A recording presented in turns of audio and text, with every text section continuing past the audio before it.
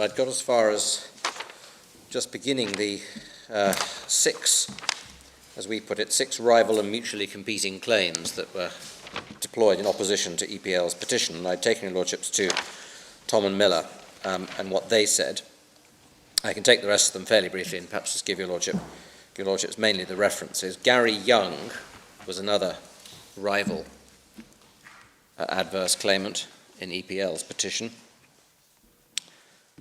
This is volume 2, page 623.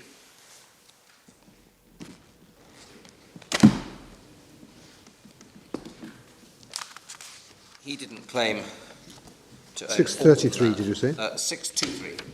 He didn't claim to own all the land, but he claimed to own 400 acres known as Grant G52.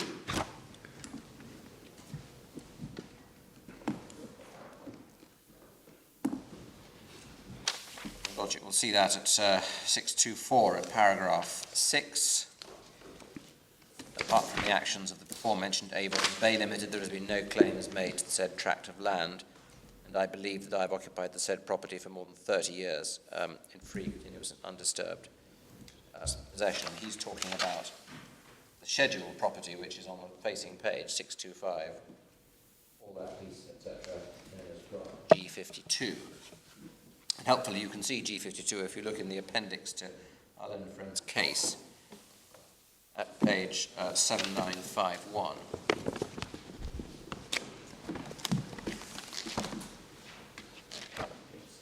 Top right. Plan showing the whole thing right.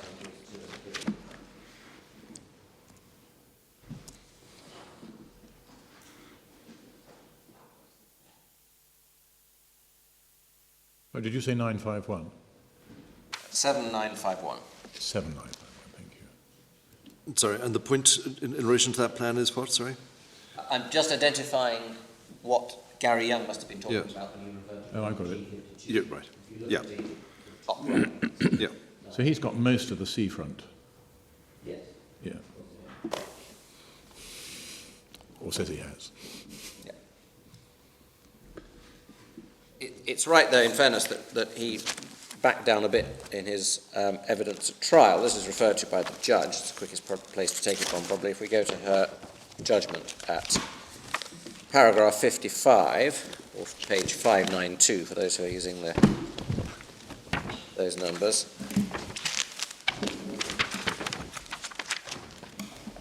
Is that right? A bad reference, I'm afraid. That doesn't work. It is. Isn't it? It is 55, isn't it? Ah, but that's the... No, that's right. certainly got a paragraph 55 in it. No, it is 592. Sorry, I'm muddling the numbers up in my own mind. So that is right. And at 55, you'll see the judge recites that in the course of the trial, Tom and Miller joined forces with the association, and counsel informed the court that steps are being taken to have Tom and Miller convey its interest in the land to the association. And Thomas Wiley and Dora Adrella Wiley Boston and Briso Walton Wiley joined forces, whilst Gary Young maintained a separate claim to the land. In his evidence, he made it clear that if he succeeded in his claim, he would have to share the land with the other descendants, as they were referred to in the trial.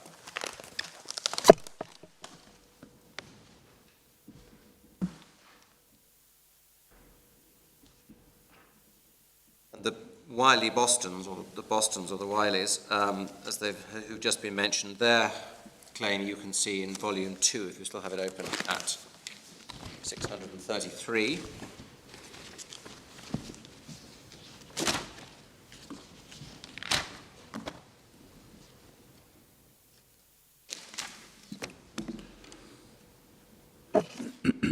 This is a joint affidavit, as you can see on 633.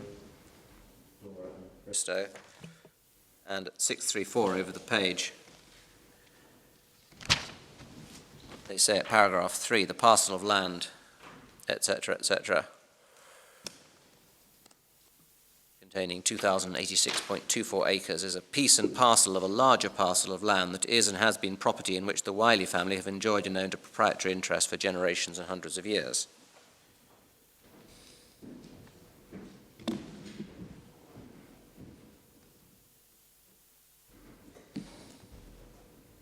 say at 6, we verily believe that our entering and possession of the land that forms the subject matter of the instant petition, that's EPL's petition, has always been lawful because we also verily believe that our individual and collective claims to the subject land are not only adverse to the claim for the petitioning company, but also superior to and any claim to the land which the petitioning company may have, or whatever claim any other legal entity may have.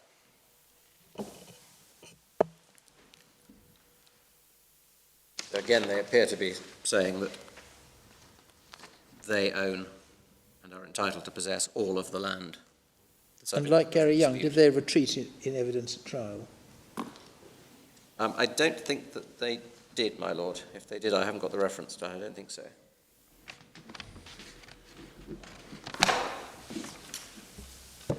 I mean, They of course, until yesterday, Gary Young's evidence, as recited by the judge at paragraph 55, was necessary once he'd decided to join forces with the association.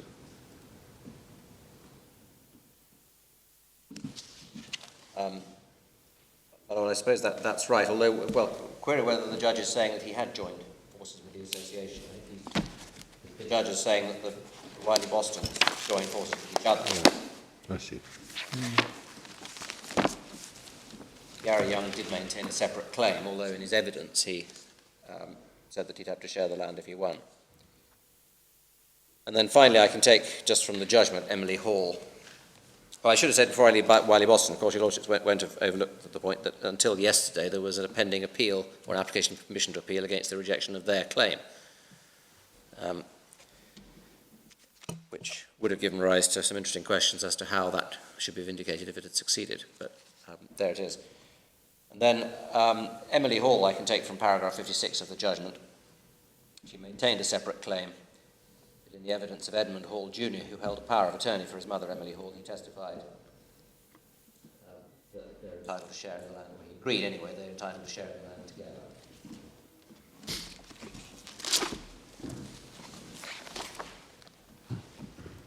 So those were the various competing claims. So far as how the association put its own claim is concerned, if we go in volume 1 to page 558, we can see the abstract of title.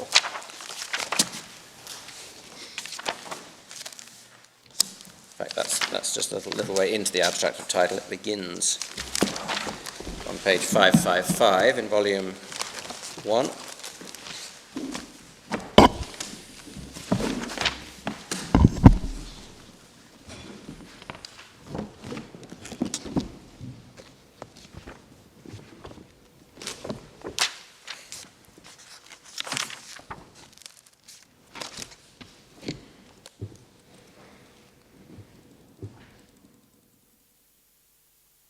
If we look at 558, we can see that at 7 it recites the death of Anne Miller.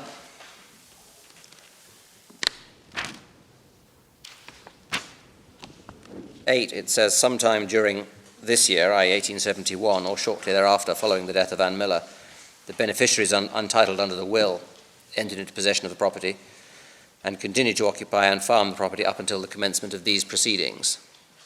That's how it was then put.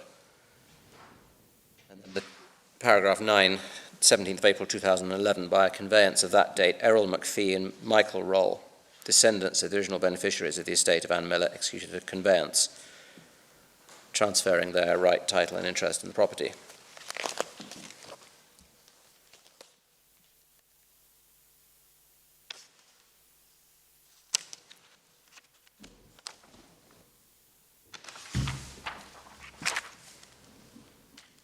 And the 2011 Act abolishing the rule against perpetuities, was that before or after the conveyance? That was after that conveyance. I think it came into force at the end of 2011.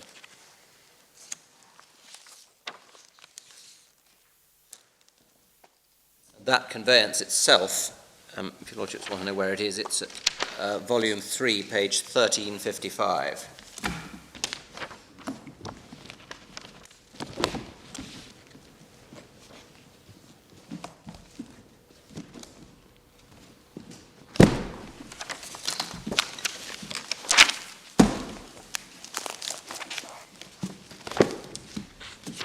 Well, since it touches on a point I'll mention later on. It might be convenient to look at it briefly. In particular, 1356. Because after reciting that reciting who the people making the conveyance are, that's to say Errol McPhee and Michael Roll, it goes on to say underneath paragraph 7 in the middle of the right-hand page at 1356, this indenture witnesseth, the descendants as beneficial owners hereby grant and convey unto the association all that the share, estate and interest of themselves in the said property together with, etc., etc. And then after the capitals, to hold the same unto and to the use of the association, to be held by it in trust for the descendants of the former servants and slaves, the late Anne Miller, to be dealt with in accordance with its memorandum and articles of association in fee simple.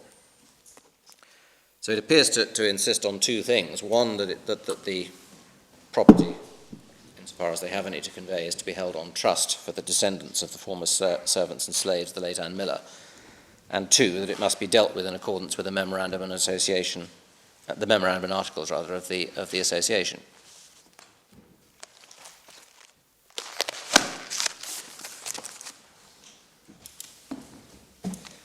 I'll come back to what, if any, significance that has in due course, but that pattern of putting that stipulation onto the conveyance to the association is continued in other conveyances which are relied upon as well. Because, of course, now there's also some reliance placed on Charles Roll. The conveyance that includes him is the one which I think your lordships have already been taken to, which is volume 4 at page 1997. I think that's the one on which principal reliance is placed. Yes, I think So that's right outside the now. appellant's case. That is right now, yes.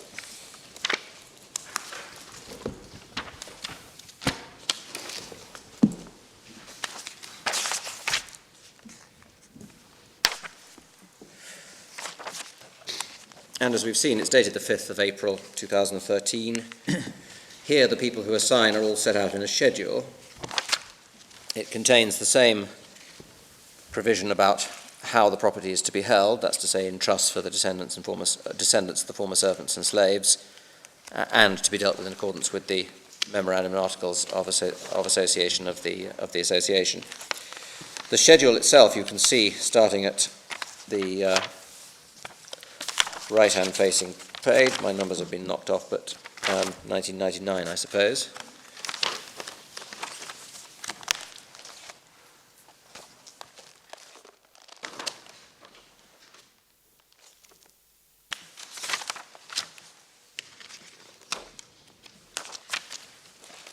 And this was asked about in evidence, and if we go to volume 6, I can't see Charles Roll, but he's somewhere in the list, is he? I think he is, yes, he is somewhere on the list. I forget where he is now, but he's there somewhere.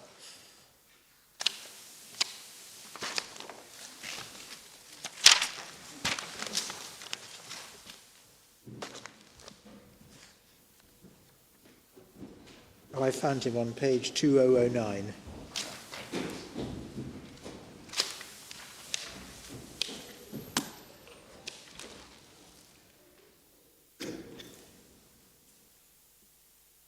Mr. McPhee was asked about who the signatories were to this document.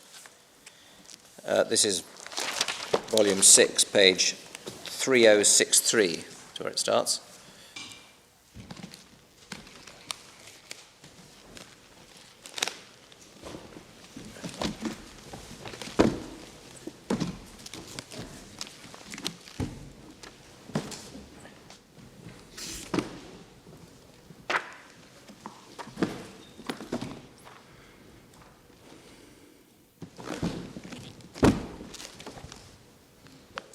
Bottom of that page, 3063, he is asked about the document. You will see that attached to that document, for number 1, are a list of signatures. They are attached as Exhibit A. Can you tell me what all of these signatures represent? The signatures represent the names of residents and non-residents of Bannerman Town, Millars and John Millars, who are also descendants of the former slaves and the servants of the late Anne Miller. Whose evidence is this? This is Errol McPhee.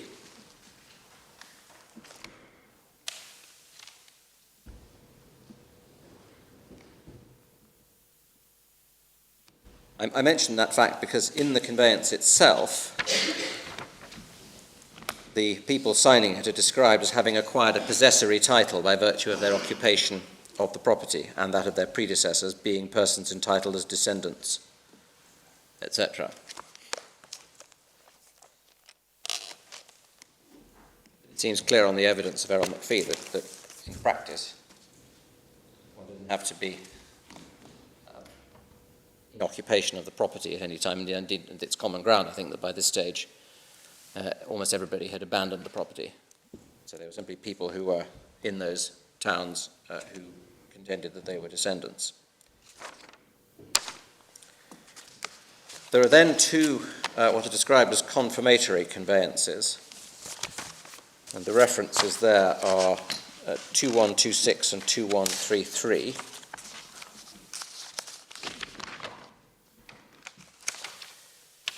So 212. 2126, my lord, and 2133, both in volume 4. Thank you.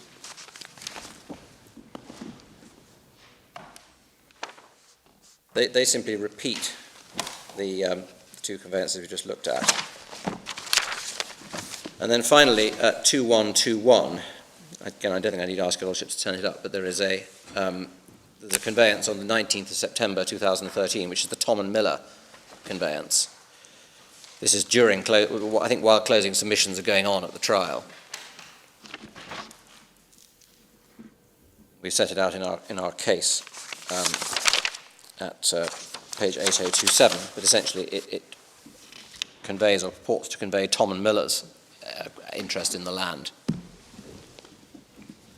Again, on the same terms for the descendants of the former slaves and former servants and slaves to be dealt with in accordance with the association's memorandum and articles of association. So, my lord, those are some of the background facts that we respectfully rely upon. Our submission as regards the association's case is really a fairly straightforward one. We say, first of all, this isn't a case in which there's any basis for interfering with the judge's finding that the factual basis of the claim just didn't work. In other words, there wasn't really this joint intention to possess for descendants. We say that the judge directed herself correctly about that, reached a finding which was a reasonable one. It was reviewed by the Court of Appeal, moreover, and therefore this is not one of those cases which are relatively rare when the board ought to interfere with those concurrent findings. Secondly, we say, in any event, it was right. And thirdly, we say it doesn't really work anyway, even if your lordships were to reverse the findings of fact of the judge and find that the evidence should be accepted on the part of the association's witnesses to the effect that they had whatever the intention was that they had. It doesn't really work anyway as a matter of law. So, my lord, just developing those points fairly briefly, if I may. The judge picks this up, I think, if we go to volume 1, at paragraph 41 in her judgment. Page 586.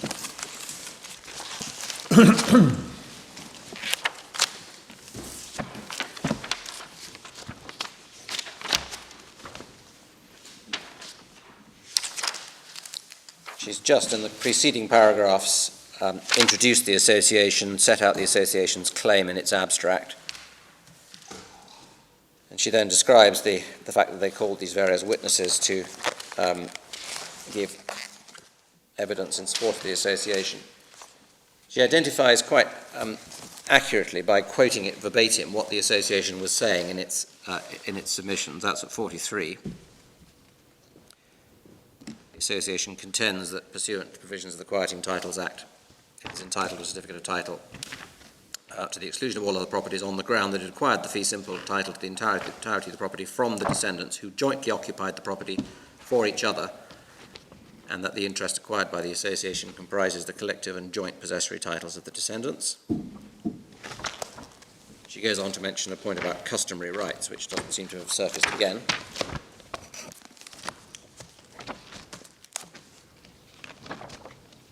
She quotes again at 44 some more of the association's claim, again quoting from their closing submissions.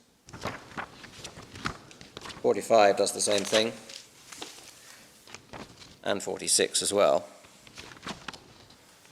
And in particular, she picks up the way in which the association was contending that the occupation of a number of people could collectively give rise to occupation by persons as one single occupation, which could then be assigned to the association. And she quotes from their written case at 46.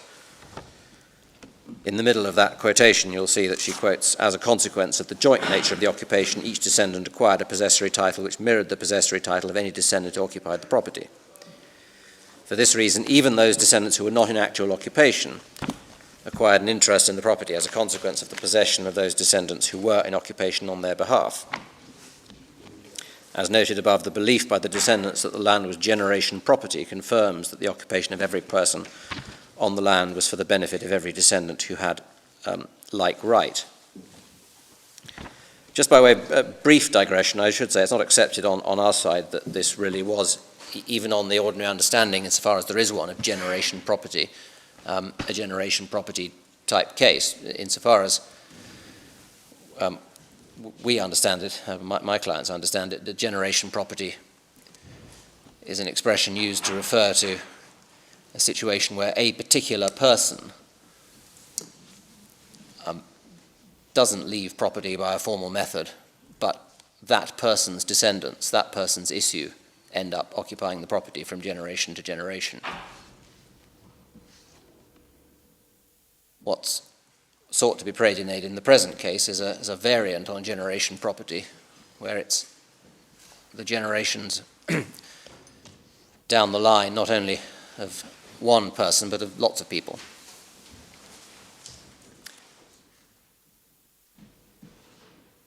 But that was a digression from that. But There are one or two cases in the bundle about generation property, and do they all confirm your definition of generation property, i.e. as excluding the variant claimed in this case?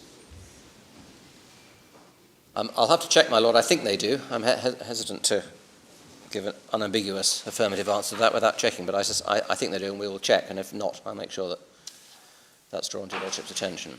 Your lordship says cases in the bundle. I think that there is some material in the authorities' academic writing about generation property. Yes, you're quite right. There's academic. I don't think there are any cases. Yes, there's a bit of a history book, and there's a bit of a legal book about property in the Bahamas, which has a section on generation property.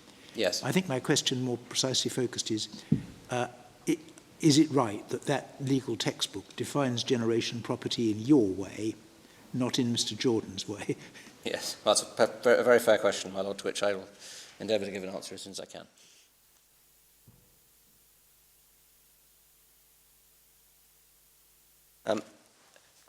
So I just taking lordships to 46, where the judge is quoting from the association's case. You'll notice that at this stage, the association's case seems to have involved vicarious occupation of the property by people who are not in occupation, but on the basis that the descendants were doing so for them.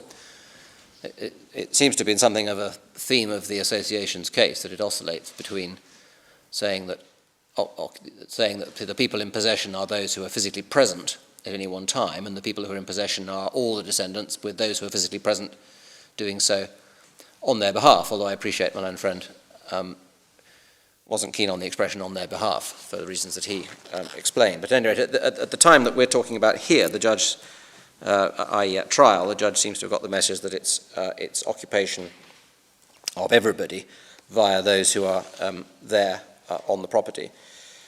The judge then quotes at 47 the case of Powell and McFarlane. Just before that, she Yes. seems to be proceeding on the assumption that it was conceded that the petitioner was the holder of the paper title.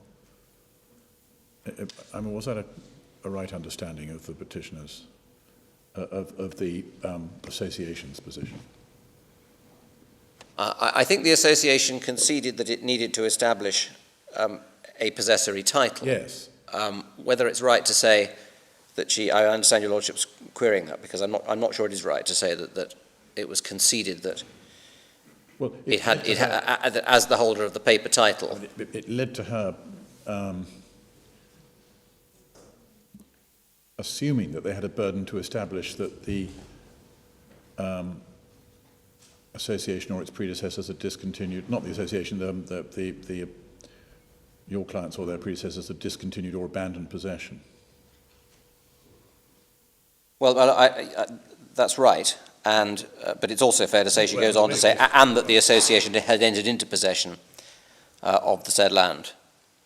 But in fact, when you look at what she then quotes as her self-direction, as it were, it's just squarely directed to the ordinary test of adverse possession, because she quotes from Powell and McFarlane.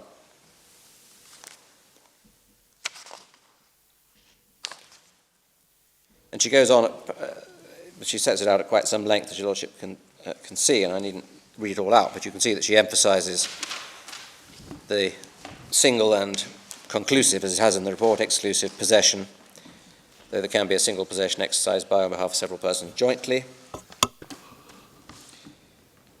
She therefore quotes over the page the importance of looking at the circumstances, in particular the nature of the land, the manner in which land of that nature is commonly used or enjoyed. Open land being a land where physical control is normally impracticable, etc., not subject to the variation according to the resources or status of the claimants. She quotes at 48, factual possession again. 49, it seems to have gone slightly wrong typographically, because it appears that she meant to set out some further quotations from the judgment, but they don't appear. But I'm not sure much turns on that. And then, then at 50, she goes on to address the Compton and Faulkner case, so the Brown and Faulkner case, rather.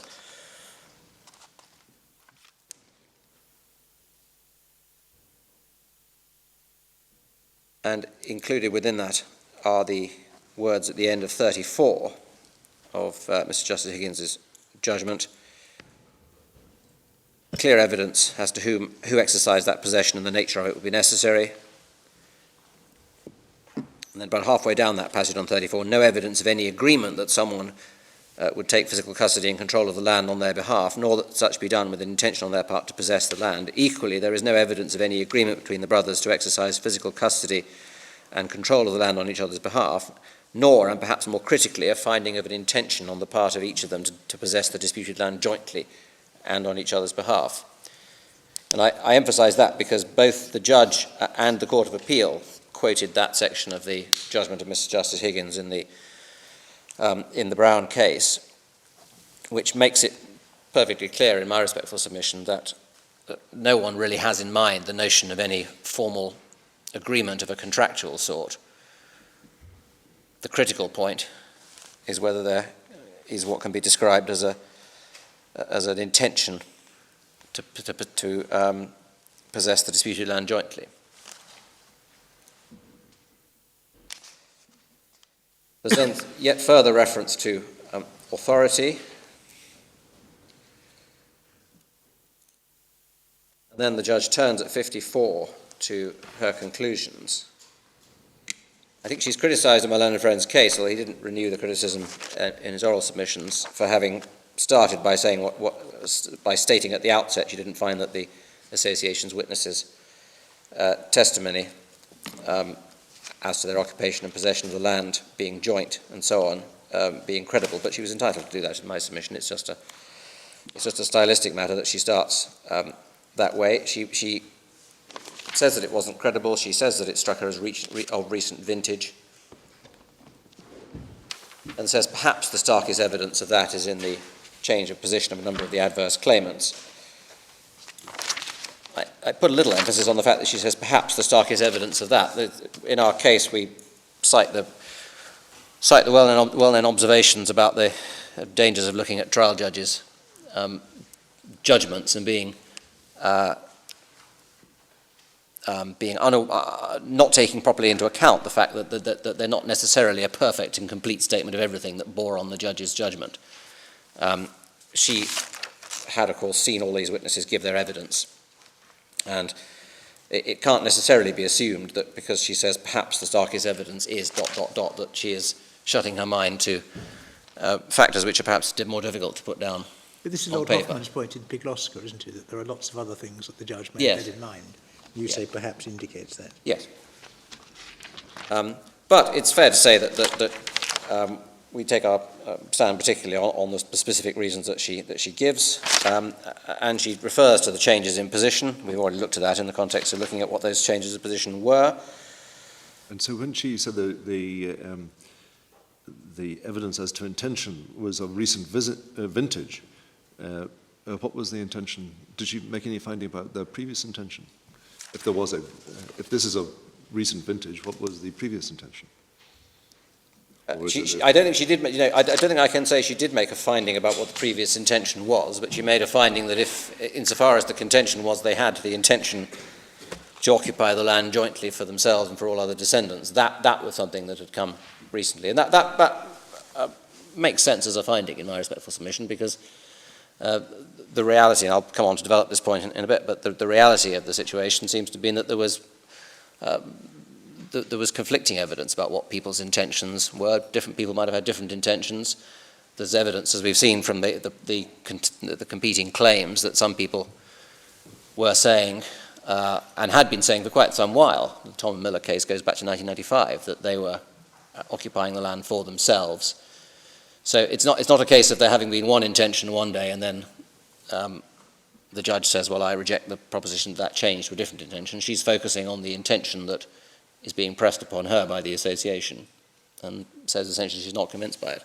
And absent that common intention, there isn't a single possession. Yes. I mean, I think the point she's making is that at the time, they didn't necessarily have any view about the basis on which they were holding it. It was when they came to the conclusion that they needed to have been holding it on this particular basis that they quickly said they did hold it. Yeah. That's how I read it. Yes. Yeah, and she backs that up with references to Tom and Miller at 57. 58, she talks about the feud. She prefaces that by saying there is even evidence of. It's plainly not her principal basis for her finding. It says that behaviour was not consistent with that of persons who believed that all who were descendants of the devisees were equally and jointly entitled to the land. There's some sort of inference underlying that, no doubt, that the feud had something to do with land questions rather than something entirely unrelated to land. And then 59, we've seen, she suspects that they came to appreciate that no single one of them, even if they relied upon the occupation of their ancestors, could prove the necessary factual occupation of the land and sought a way to obtain a certificate of title to the land. And it highlights an important part of the case, which is that the only contention that is made by the association is as regards the whole of the land that we're now disputing. This is relevant, perhaps, really to later submissions about EPL's claim, but in this context, it's perhaps important to keep in mind too. We are dealing with a claim on the one hand by EPL saying this is our land, and on the other by the association saying no, it isn't, it's ours. This case might have developed very differently if EPL had advanced their claim for the whole of the land and been met with one person saying, well, in one corner of the land, I have been doing X, Y, and Z, and therefore I claim possession of that little bit of the land. That issue would have had to be resolved, and who knows how it would have turned out. But of course, everybody who's siding with the association doesn't want to say that, because their ambition is rather greater, which is to obtain the whole thing. And that's the context in which it suddenly becomes important for them to assert this joint intention as to the land. So, Your Lordships have my basic submission on that. That was a finding to which the judge was perfectly entitled to come. She gave tenable reasons for it, and there isn't even on a first appeal, any real basis for overturning it. Just one point. Yes.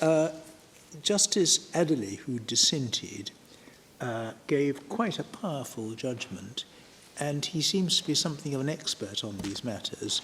I see from the judgment in Ambrista that Justice Adderley gave a lecture on land thieves, talking about generation property and these matters. So I think you do need to show us where Justice Adderley has gone wrong. Yes, right. Well, I'll return to that theme in due course, if I may, Molly.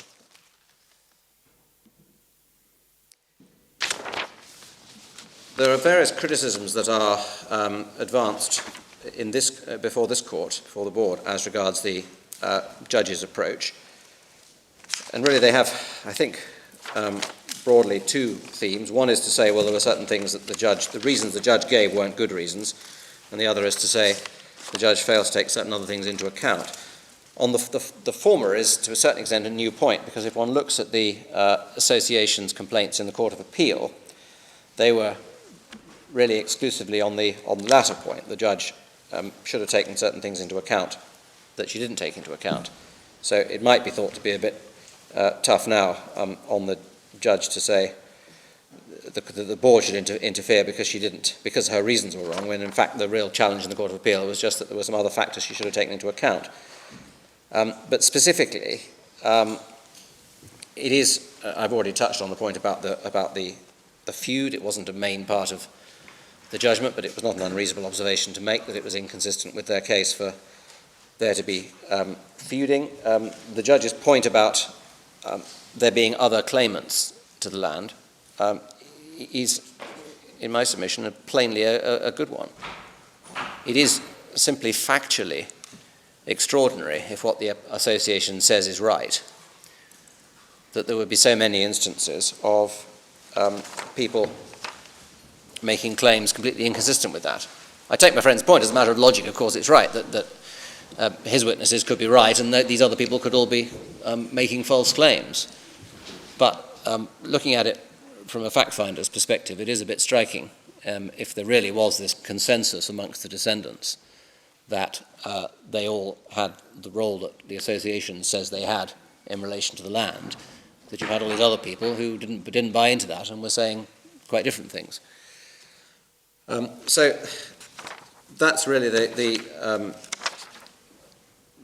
a funny typo about barking in the third line of paragraph 62. Can you just decipher it for me? I'm sorry, where's your in the judgment? Yes, she says Harking.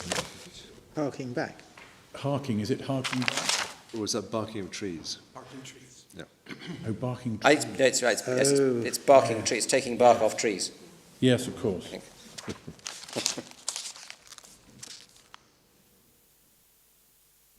Yeah.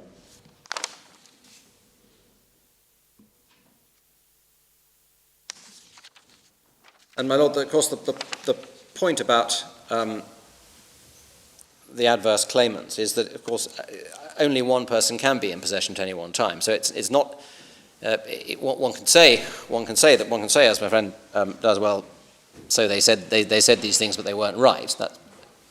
That's either right or wrong. But for the reasons I say, it's the fact that there is this distinction between the different sorts of claim being made is a powerful factual indicator that the judge was right. But what underlies it as a matter of law, of course, is that possession has to be single. So unless there is this collective possession, then there isn't possession at all.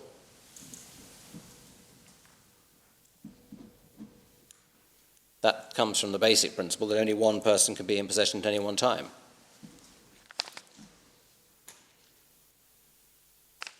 The criticisms of the things that the judge didn't take into account came, I think, in my learned friend's oral submissions, mainly to the Gazette and to the earlier conveyances. And my friend rightly accepts the Gazette itself wasn't actually mentioned on the association's behalf in its closing submissions. It was brought up by counsel for one of the Wiley claimants, and your lordships were taken to the document. And quite a lot of weight is now sought to be put on that Gazette document. But in my submission, it really can't possibly bear that sort of weight. It is really no more than an indication that some official, I know it says the Governor-General, but it's clearly in reality a civil servant somewhere who prepared that document, in 1956 said that the land was held in common by the Millars' heirs, whatever that exactly means. And that would be, that could be explained on the basis that that's what somebody who was particularly party pre told him. It could be explained on the basis that it was a reference to the fact that lots of people were using the land for various purposes, and they happened to have in common that they claimed to be heirs of the Millars' servants and former slaves. It could have lots of other explanations. Who knows? It's multiple hearsay from 1956. It doesn't really take things any further forward, in my submission, in terms of what the intention actually was. And when you set it against the judge having actually seen 9 witnesses give evidence, in my submission, it really isn't the knockout point that it is alleged to be. It's not really any more than, as we put it, the lightest of make-beliefs.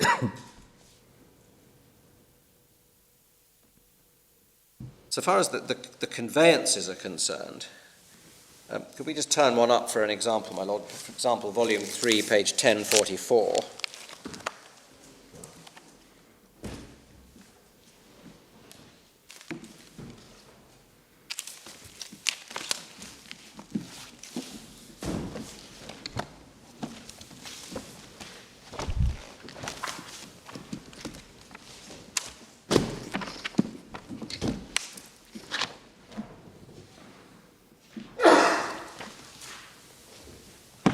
The criticism, you'll recall, is that the judge should have gone to one of these documents so as to test her conclusion on the evidence about the recent vintage of the notion of collective ownership. But in fact, if one looks at these conveyances, one can see, in my submission at any rate, that they don't really support that claim in any event. The critical bit is, we would say, surely, towards the bottom of the page, where the claim is set out of the person who is giving who's making the indenture. This is Mitchell McPhee's one, as you can see at the top. Whereas the vendor is now aged 48 years, claims to be a great-great-grandchild of the late Thomas McKinney, one of the persons specifically named in the said will, etc., etc., and claims also to have been in occupation of a portion of the said hereditaments, and to have used and enjoyed the same for the past 38 years continuously.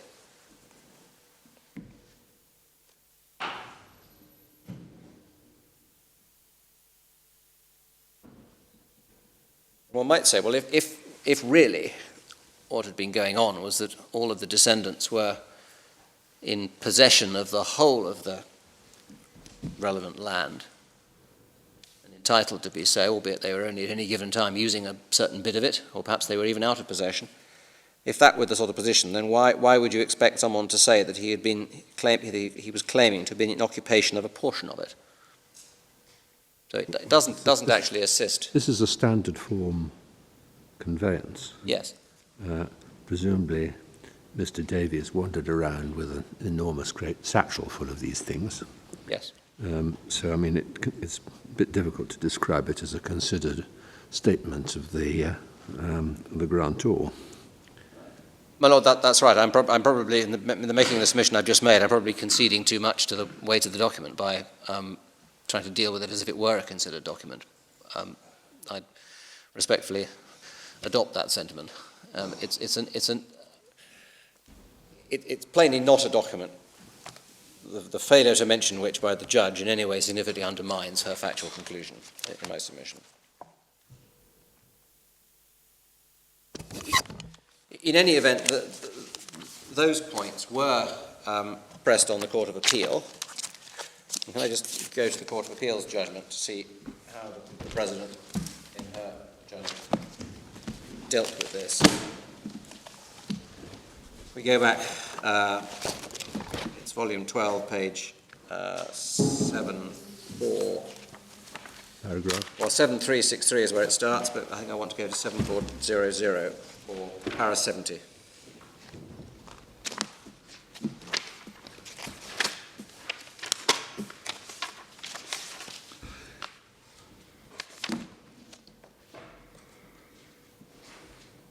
This is where the President starts on the subject of possession. She is here dealing with possessory title based on adverse possession. She sets the position out as she sees it at paragraph 70 by reference to J. Pye and Graham, sufficient to be physical custody and control, factual possession, intention to exercise such custody and control on one's own behalf and for one's own benefit. She quotes at length from Powell and McFarlane. She goes to Brown and Faulkner, quotes, I think, at even more length from Brown and Faulkner, including the passage at the end of Mr. Justice Higgins's judgment, or at least that part of the judgment, about the critical issue being whether there was any joint intention. There's then a digression, for present purposes anyway, into requisite time period, and then 79, and it's true that it's headed agreement to possess, but she goes on to say, in accordance with the holding expressed in Brown and Faulkner, the learned judge concluded that none of the appellants was able to claim possession of the property without providing evidence of an agreement between all of the purported descendants to possess the property on their behalf. So again, there is reference there to agreement, which is said against us to be an indication of a wrong approach. But she then sets out the conclusion of the judge. She says that the association challenged the finding that it was of recent vintage. Though she points out they didn't challenge the findings at 57 and 58. That's the Tom and Miller claiming on its own behalf and the feud.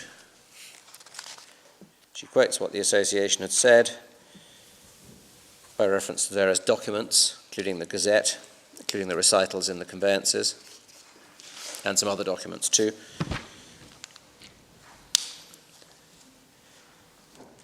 And expresses, admittedly pretty shortly, but at 84, she expresses her conclusion: neither the devises in the will, nor the notice of intended acquisition, nor the recitals can be considered as evidence of an agreement by the parties to hold the property in possession on behalf of the other.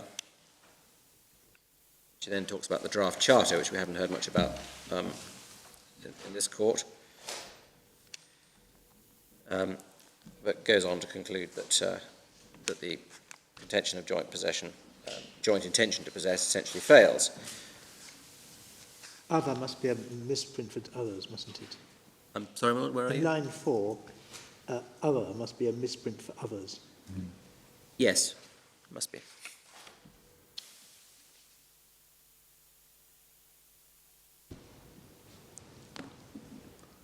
She points out at 85 the incorporation of Tom and Miller Corporation, along with the existence of competing applications, are a direct contradiction of the association's argument, etc.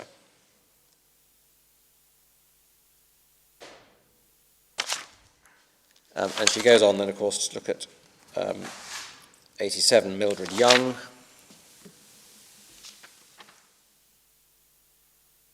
The important point about Mildred Young is the first part of the last answer. We were going to stop Tom and Miller.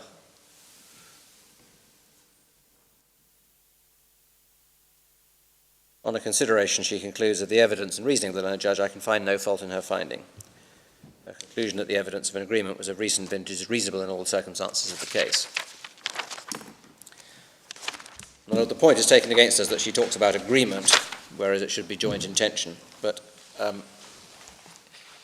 since it's accepted that she can't have been talking about a contract, we're really into a much more slippery area of language.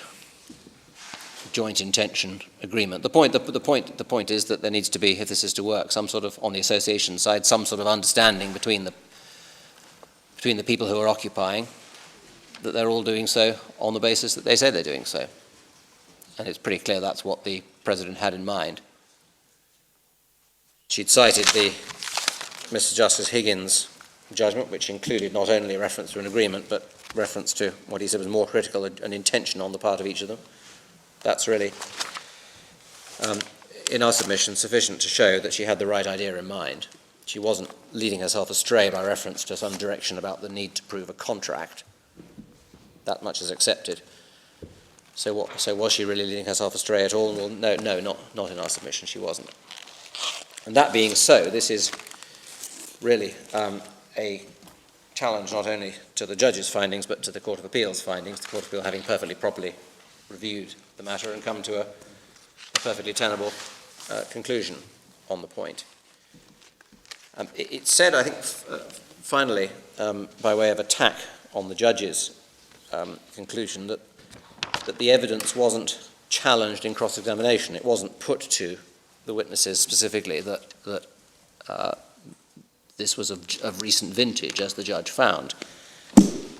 And it's true that the cross-examination did take a different approach, but it's not the case, in my respectful submission, that the court is obliged to accept all evidence which is not directly challenged.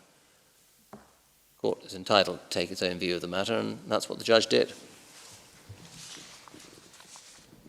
So, my Lord, that's why we say respectfully that this is a challenge on a factual to factual findings which are concurrent and which should not succeed. In any event, for much the same reasons that I've already identified and therefore won't come as a surprise, we say that the findings were correct, and if the board were in the business of reconsidering the whole case afresh, then it ought to reach the same conclusion about these findings. It plainly was the case that actually this claimed joint intention didn't really work. And there was some more evidence to justify that conclusion we would submit as well. My Lord, if one goes back to Errol McPhee's witness statement, this is volume 2, page 739. He says some things about the state of affairs when it started to be collected. Sorry, can I have the page again? Yes, 739, my Lord. 739. Thank you. Just to see where we are. We're here in the witness statement of Errol McPhee, which starts at 736.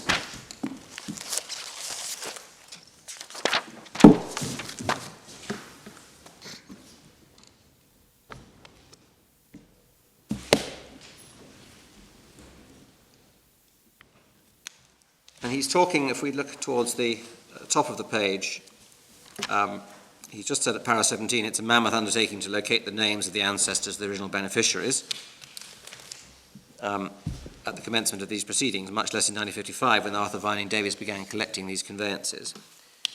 And then he says this, numerous persons have informed me that at that time the persons representing Mr. Davies would simply have anyone who was on or near the property sign a document without determining whether or not such person was in fact a relative of the original devisees, and persons would be happy to receive a payment whether or not they were in any way directly connected with the property. But the obvious implication from that must be that there were people who were on or near the property. So some of them must have been on the property, they must have been doing things on the property. And they were happy to sign the document and get paid their money, regardless of whether they were descendants, which implies that some of them weren't descendants. So this is hearsay evidence. Has the judge accepted that the hearsay evidence is correct?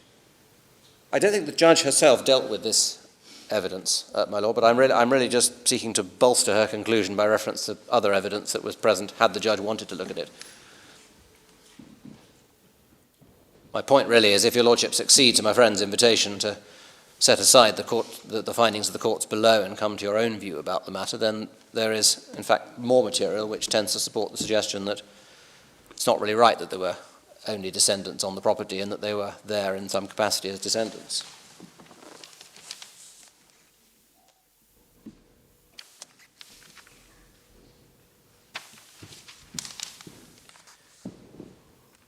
My Lord, if we carry on in the statement, we can see that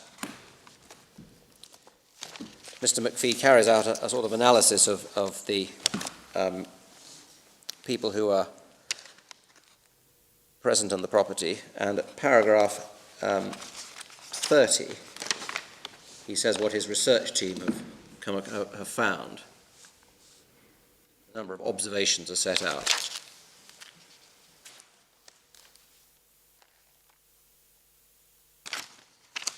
And he says at 5, little Roman 5, several of the listed documents are illegible in the microfilm. However, from a review of those which were legible, I came to the following conclusions. And at H, there are, in addition, 25 persons who claim an interest by virtue of their occupation of the property. But as previously stated, no attempt was made to remove such persons from the land or indeed prevent other local residents from occupying the property.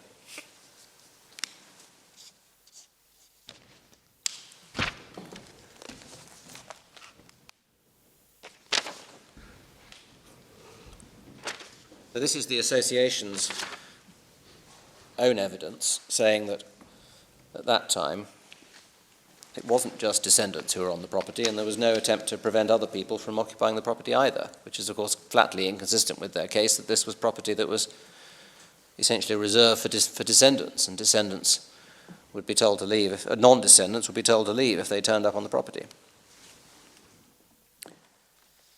There was some oral evidence about that as well. I'm afraid it's another change of bundle. It's back to bundle 6.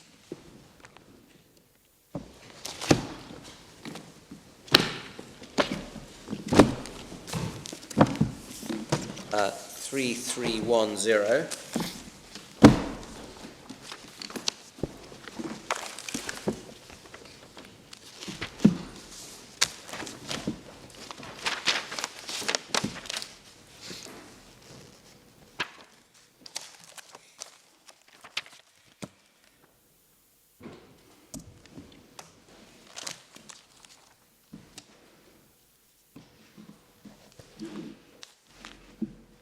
Is this Errol McPhee? This is Errol McPhee again, my lord, yes.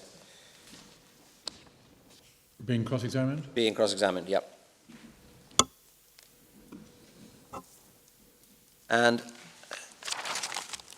he's being asked about persons who occupied land over the years. This is top of 3310, line 5. In the abstract, these are the people who said they occupied land for a period of time. So according to those conveyances, what is the relation to that? They have no relationship. They just occupied the land for a period of time. They have no relationship here.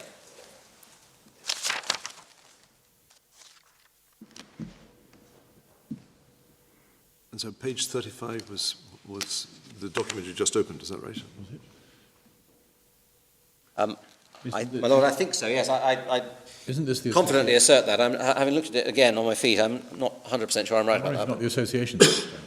I'm sorry, I'm not. I wonder if it's not the association's abstract. I suspect it could be, actually, yes. I can rapidly check.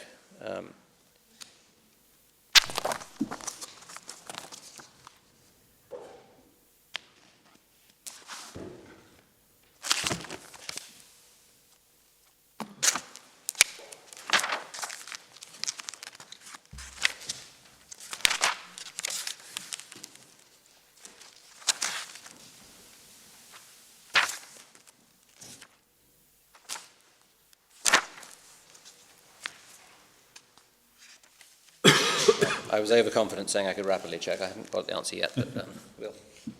But we'll make a note to look at that. Can I just ask, why on earth was it that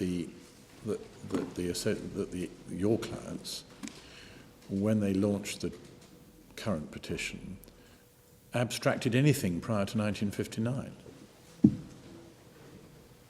If they were relying on the 1959 conveyance as the root of title? There was some discussion about this, I think, in front of the judge, because they took the view that what they were required to do was to disclose all the documents that they were required to disclose. Like a sort of list of documents than an abstract. Yes, and I mean there was argument before the judge, in fact, about whether there was even an entitlement on the part of anybody else to ask questions about anything before 1959, and there was a ruling by the judge to the effect that they were entitled to ask about that. So And on one view, all the difficulties that rise out of the perpetuities and the will and all those early conveyances might be said to have been a self-inflicted wound by sticking them all in the abstract. I suppose that might be said. Whether if they just put in the 59 conveyance and nothing else, or and then just abstracted from that, deduce title from that, things might have turned out differently. Who knows? But that's the way things turned out. That's what happened. Yeah. Yes. Well, the other bit of evidence that I wanted to take your lordships to was I think my learned friend might have mentioned already, but can I just go to it since we're not far away, is Deneria Butler, 3337. Same bundle. Being cross-examined. Line 19.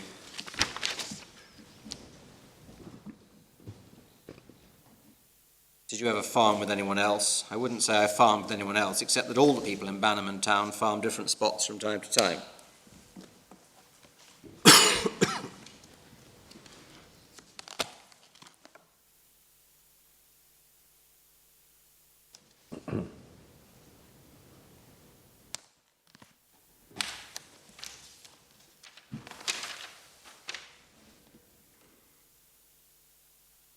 Again, we say, insofar as the issue is in fact live again before the board, that's further material that tends to point away from the case that the association advances. So, my lord, I think that's all I wanted to say about our... That every single person in Bannerman town was a miller. I'm sorry, Ron? You'd have to establish that everyone in Bannerman town was a descendant of... Yes, that's our point. I mean, I think my friend said in his submission, well, Bannerman town is a sort of synonym for descendants, but that would seem rather a strange way to put it on the witness's part, unless the position were that everybody who lived in Bannerman town was a descendant, which seems inherently unlikely. Perhaps more likely than in relation to a place like Bannerman town, I expect, than in relation to London, but where people might move around rather more. But the general drift of the evidence is that Eleuthera was an island where people may have been for a long time, or they went away to Nassau or somewhere more active. There's not much evidence of people choosing to migrate to Eleuthera. True, my lord. True, but I'm not sure one can exclude the possibility. No. Some people in Bannerman town may not be descended from the slaves, yes, is the point. But probably most were. Well, I mean, was Anne Miller the only slave owner on Eleuthera? I don't know, my lord. We don't have any reason. We don't know how many other residents, what slaves, if any, they owned. No, we don't. And this is South Eleuthera, so I'm not the person to ask about what the population of the rest of Eleuthera is or was at any time, but it's possible. But unless one works on the premise that every person in Bannerman town must have been a descendant, then the statement that people from Bannerman town farmed means it was probably some descendants and some non-descendants. Yeah. That's about as far as I can take it, I think. Well, the current population of Eleuthera is several, it's over 10,000, isn't it? I think I read in Wikipedia or somewhere. Reliable source of information, is that right?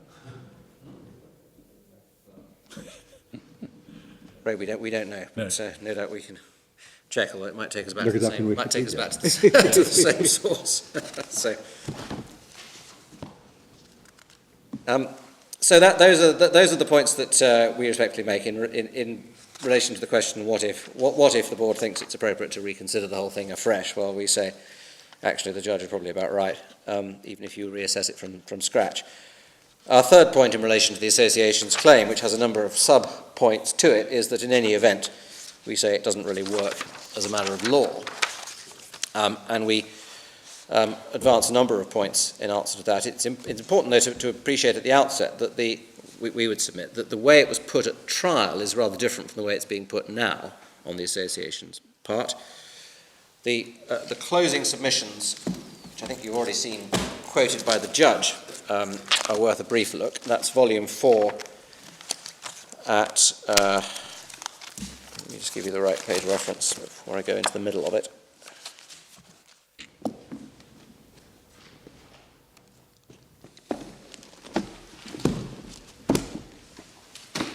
(2075).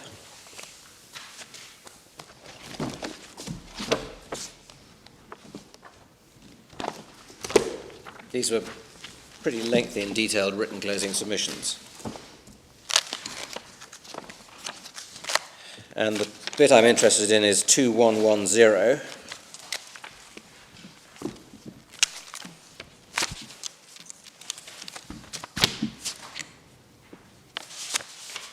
2-1 what, sorry? 2110, my lord.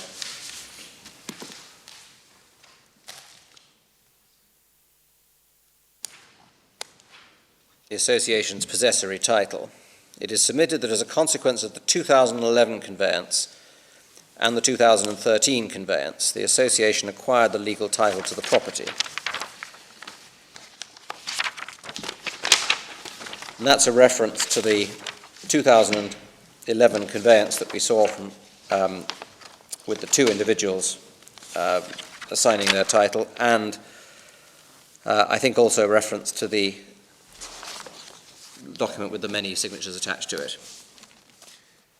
That legal title comprised the comprised the common law fee simple acquired by the descendants through their and their predecessors' joint and collective possession of the property following the death of Anne Miller. And that was essentially repeated in the Court of Appeal, except that by the time the Court of Appeal came along, they also put positively into their written submissions the Tom and Miller conveyance as well. You'll recall that Tom and Miller threw in its lot with the association right at the end of the trial. So there was no particular focus at this stage on Charles' role. It was just generally put that because of those conveyances, they'd acquired title to the property. What's now said, as I read the association's case before the board, is really one of three things, although two of them were emphasised in oral submissions. One, it's Charles' role because of the 2013 conveyance, of which he was one of the many people. And he is said to be in the same position as the last surviving member of an unincorporated association. So he gets the lot because he's the last member of the association. Alternatively, putting them in the order in which they're put in the appellant's case, it's the Tom and Miller conveyance. And alternatively, again, it's as a successor to the interests of the association, the interests of the members of the association, which I take to mean all of the members of the association. One can pick this up. I think it might be helpful to look at it in the appellant's case, if your lordships have that to hand. It's paragraphs 160 and following.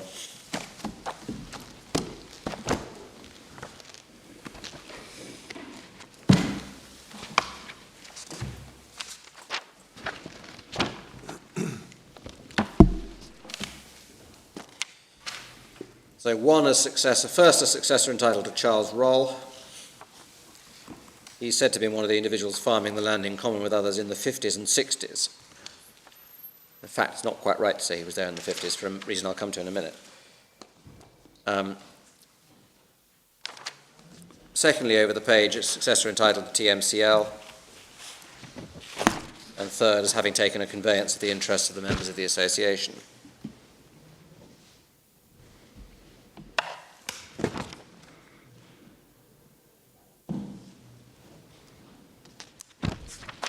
I make a preliminary point about this way in which it's put, which is that whether it's, I don't go so far as to say if you were otherwise attracted by it, you should reject it on a technical point, but it ought to ring some alarm bells in my respectful submission that the association's case is being quite so substantially reworked before the board as compared to how it was put in the courts below. But there it is. I ought to deal on the merits with each of the various arguments. On the assumption that the board is prepared to say actually the evidence ought to have been accepted and was not, in fact, of recent vintage as regards the intention of the persons who occupied the land. The first point I make, and we set this all out in our written case, but the first point we make in relation to argument one is the fundamental difficulty about establishing that there really was a situation on the facts where there were a number of people who were actually collectively, effectively in control of the land. We cite in our written case, I can probably take it from there most conveniently if your lordships have that, somewhere within reach, 68. Is this a paragraph number? Yes, para 68. It's sorry, my lord, page 8037, if you're looking on the electronic version.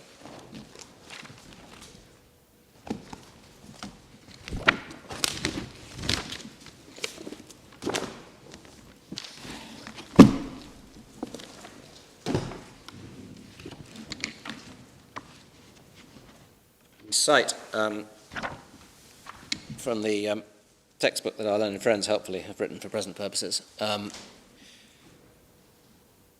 what they say about a number of squatters making use of the land, which we respectfully submit is plainly right. But the use each makes is independent of the others. None of them is in effective control of the land. None will be in possession. And that must plainly be right in principle. If this collective possession idea is going to work, there's got to be a collective possession of all of the land. But in fact, that's not what the evidence we would submit suggests. There was, in fact, no evidence. Well, my friends referred to some of the evidence, and it's true, of course, that on some readings of the evidence you might say that there was a degree of collective possession of the land, a degree of collective control. There are instances of people having to go and ask permission from the elders and so on and so forth. But it's hardly all one way, and we've cited in our case one of the elements which might be thought to be rather strongly the other way, and that's what Charles Roll said about what happened if you build a house. And that's at 5208, which is in volume 9.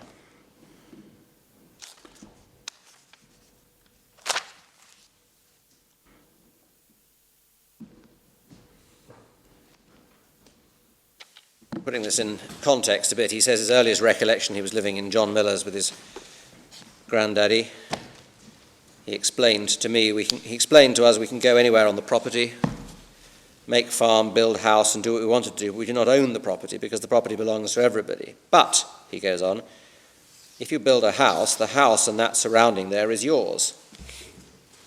And he goes on to say, even with the farm, how they use is to farm, and you would go and cut down, and he then goes on to describe cutting down and burning land and essentially something consistent with the idea of rotating around the site. But for present purposes, what we draw attention to is the fact that he says, according to him, the arrangement is if you build a house, then the house does become yours. So it's a pretty odd form of occupation. And certainly it isn't, we would submit, one that can really be said, even on the association's own evidence, to amount to collective control of the whole of the land.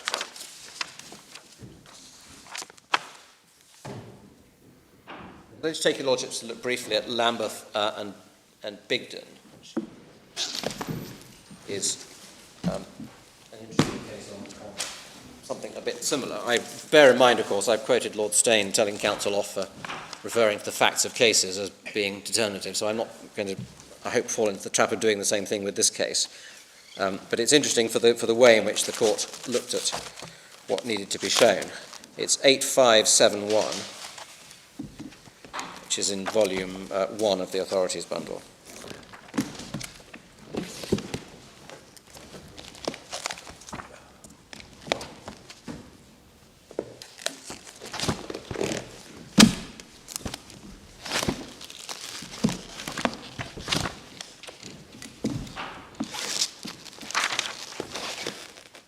This was a case about a block of flats that squatters took over. And in due course they contended that they had acquired title to the individual flats and to the common parts as well. So they had between them the title to the whole of the flats. It's a decision of the Court of Appeal in England. And in the end, the claim didn't work because there'd been an acknowledgement of the council's title. So everything else is really obiter. But what's interesting for present purposes is that, although it's unnecessary to express a view, the court did hear full argument, this is paragraph 50 on page 8580, on the claim of joint or collective adverse possession of each relevant block as a whole. I think there was actually more than one block. And I'm here in the judgment of Lord Justice Mummery.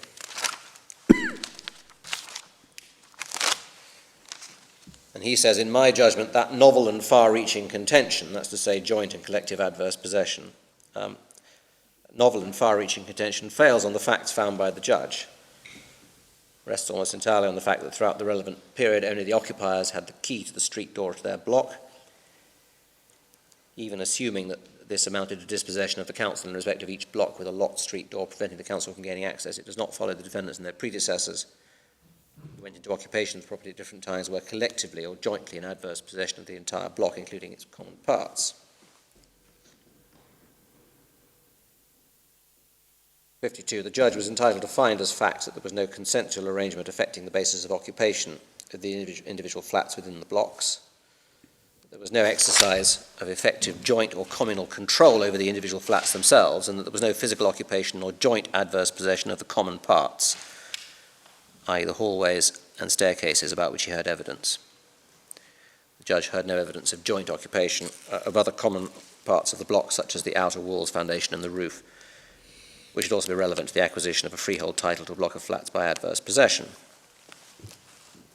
In the light of those facts, the findings of facts, the judge rightly rejected the claim, essentially.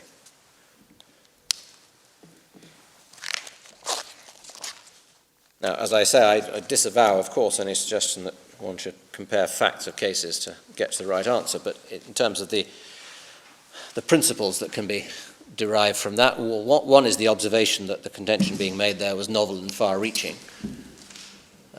Probably not as novel and far-reaching, we would submit, as the contention that's made in the present case. But perhaps more importantly for present purposes, even supposing that it to be tenable, despite being novel and far-reaching, tenable in principle, there is quite an intense focus in the judgment, and rightly so in our submission, on whether in fact there was sufficient evidence of joint or communal control.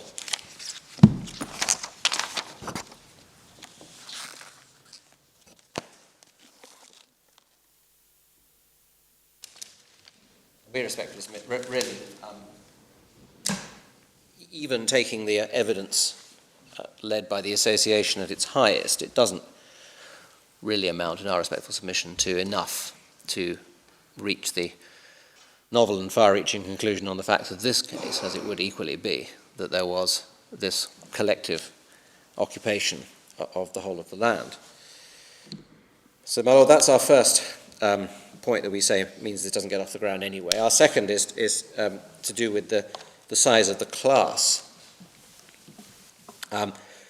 It's true, of course, that in a quite different context, a case like a Reed-Barton, as my friend referred to earlier, you could have a gift to trustees with directions that the trustees are to apply the funds for people in a certain class, and in that context the courts distinguish between certainty in principle, conceptual certainty, and factual certainty. So if it's relatives, well, the trustees can be trusted to work out who are relatives and who are not when people come to them saying, we'd like a share of the fund, please. We'd like the income from the fund. Bain was about the exercise of a power, wasn't it, rather than a straightforward trust? I think, I'd have to look at it again. I think that certainly at one stage in the argument that was right. I have a memory which may be a false memory because I haven't looked at it very recently, that at least not in relation to this point, that might have been what was held at one level, but not at another. I can't remember. I'm sorry, but in any event, the context is quite different, because there one is dealing with the question of the validity or otherwise of a gift on certain terms. That doesn't help us with the present case, where even supposing for a moment that the notion of descendants is conceptually certain, there is a really extraordinary practical impossibility about it.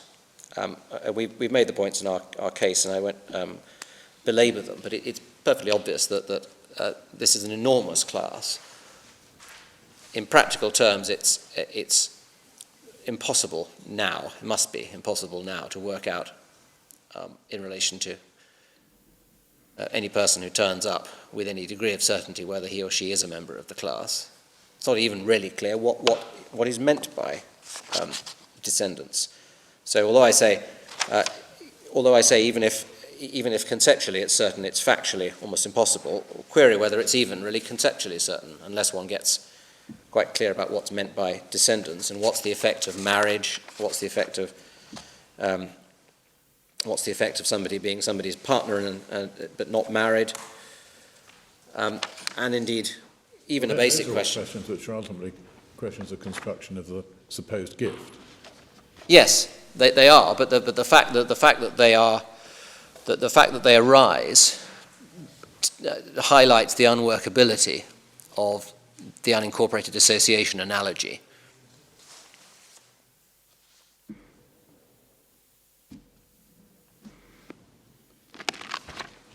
It might be a convenient moment to mention it in this context that it was said a number of times that Charles Roll was occupying the property from the 1950s, but in fact that doesn't quite work insofar as the case depends upon Charles Roll occupying the property in the 1950s, and certainly insofar as it's said, well, that's before 1959 when the conveyance took place. That doesn't work because we know from the evidence that Charles Roll was born in 1939. There are really two reasons why it doesn't work. One is he was born in 1939, so he didn't achieve the age of majority until 1961, because he wasn't 21 until 1961, if I've got my maths right. 1960, I think. Sorry? 1960? If he was born in... Yes, I'm sorry. 39 plus Did I say 21. 61? You did. 60, I'm sorry. Right, there we are. Describe or squat as a minor? I'm sorry about... Can you not squat as a minor? No doubt you can be physically present on the land, yes. but whether you can Right. claim a legal interest, I mean, in principle, I would submit not, because it's analogous. The whole thing is analogized to a form of legal possession, and if you couldn't be given a gift of land, then you couldn't, in my submission, occupy for the purposes that law would If you're recognise. having occupied the land, he can't acquire title as a minor, but he can surely acquire title after his majority by virtue of things that happened while he was a minor. Well, I'm not sure. I'm not sure I would concede the point, my lord. But perhaps I will check. Perhaps I ought to check it and see whether I'm making a bad point. In which case, I will concede it. But anyway, that was the first of my 2 points. The other one is a rather more straightforward factual point, which is that he didn't actually go onto the land anyway until into the 1960s. I think 1962. But let me just check the reference to that, my lord. It's volume 9, page 5215. If you'll just return that up. Page again, sorry? 5215.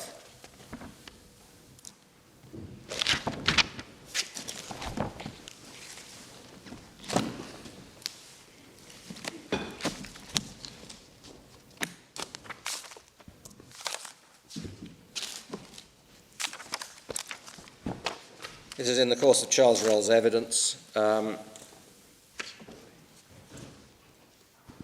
halfway down that page.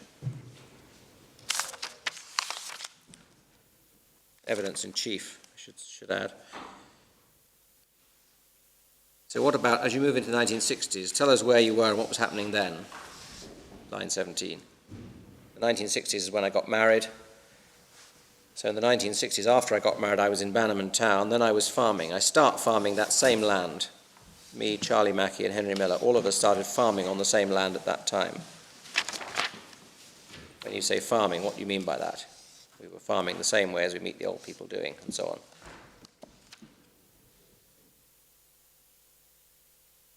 on.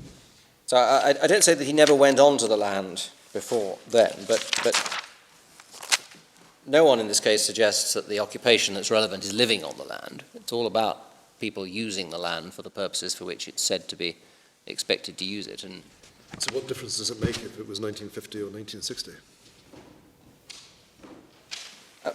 on our case, my lord, probably none, but it's been emphasised a number of times on the association's side that it's during the 1950s, and the answer might be because it's thought somehow to shore up the case in relation to, insofar as there are difficulties with the I'm occupying it on behalf of other people line of reasoning. If one could see that if it were the case that Charles Roll had been there throughout the whole period, occupying the whole of the land, it might be said, well, never mind, we don't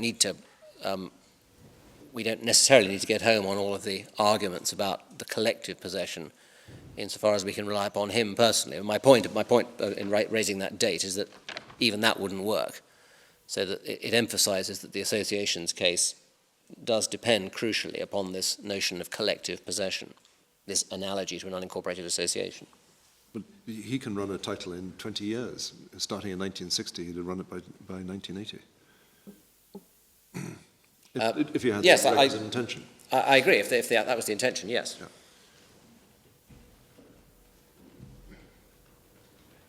But I imagine you would say that would only be over a relatively modest part of the land. Yeah.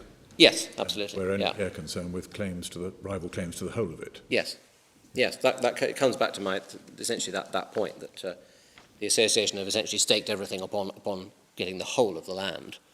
Or at least a share of the whole of the land. Or a share of the whole of the land, possibly, yeah.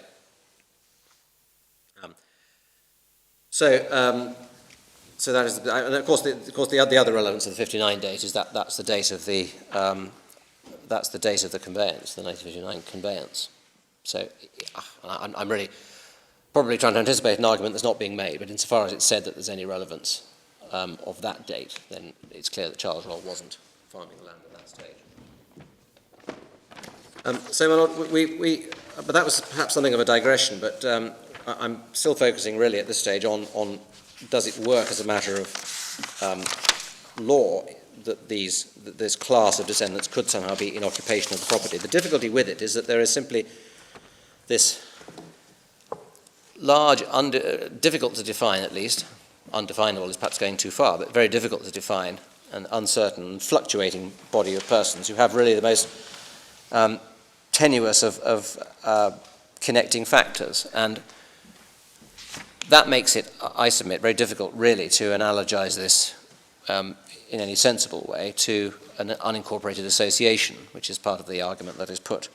And could I ask your Lordship just to look briefly in that connection at one of the other cases that we refer to, which is the Conservative and Unionist Central Office case. That is Volume 1, Authorities 8379.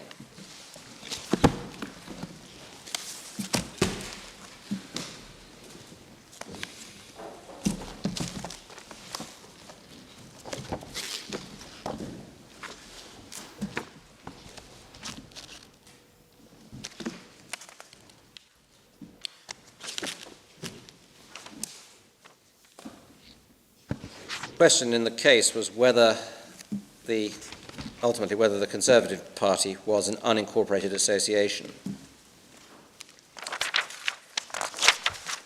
And a lot of the case I don't need to go into in detail. It's all about the way in which, certainly at the time, things may have changed since, but it's about the way in which at the time the Conservative Party was set up and the relationship between Central Office and the association and the various associations around the country.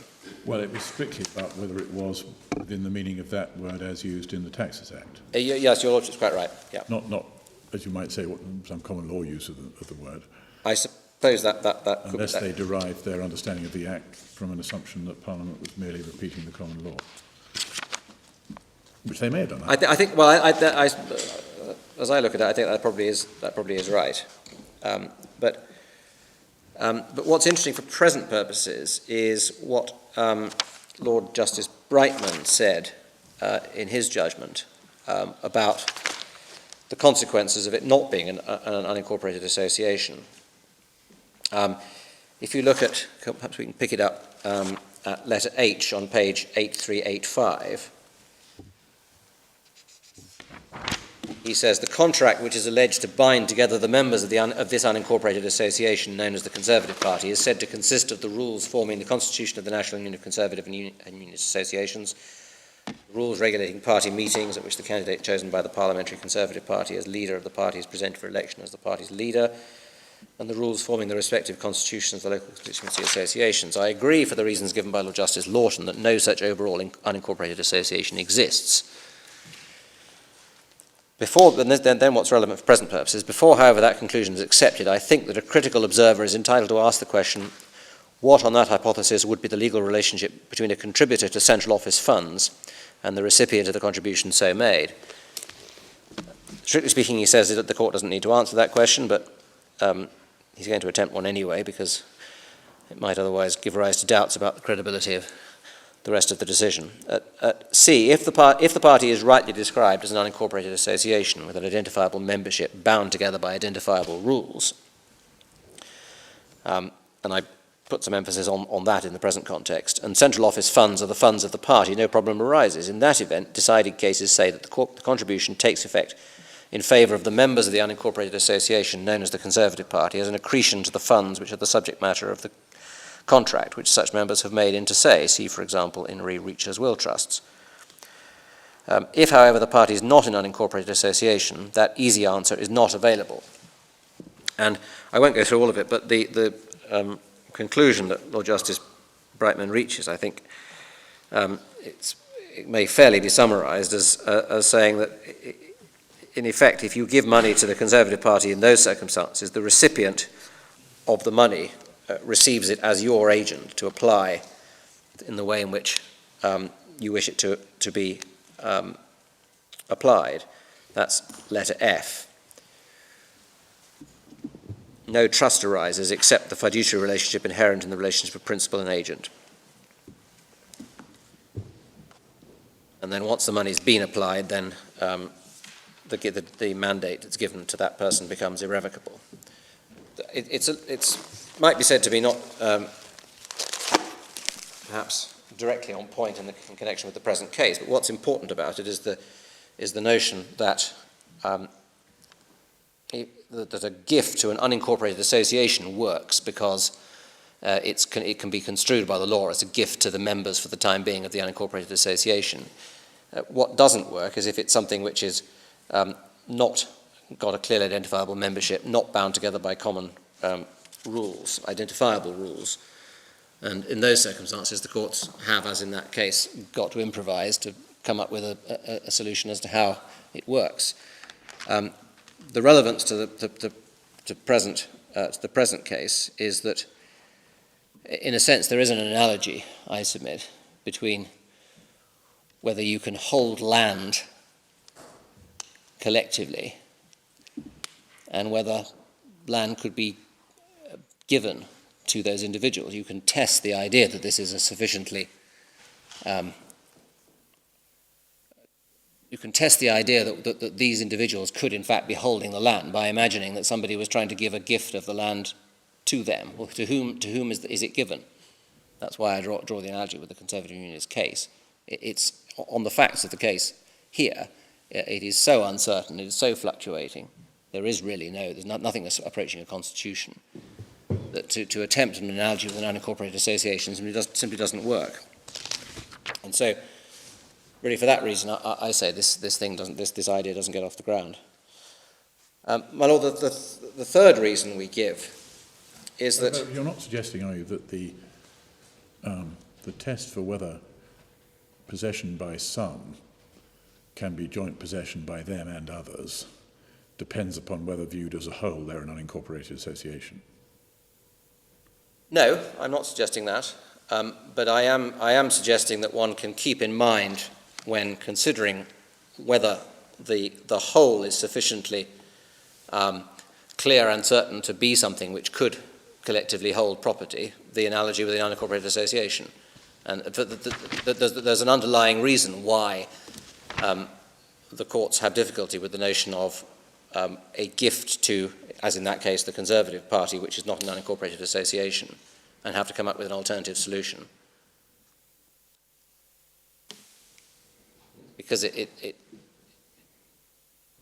leads to conceptual difficulties. If the intention is hard to find, then the association's rules and regulations are hard to find. I mean, they're Yes. a reflection of each other's arguments. And Yes.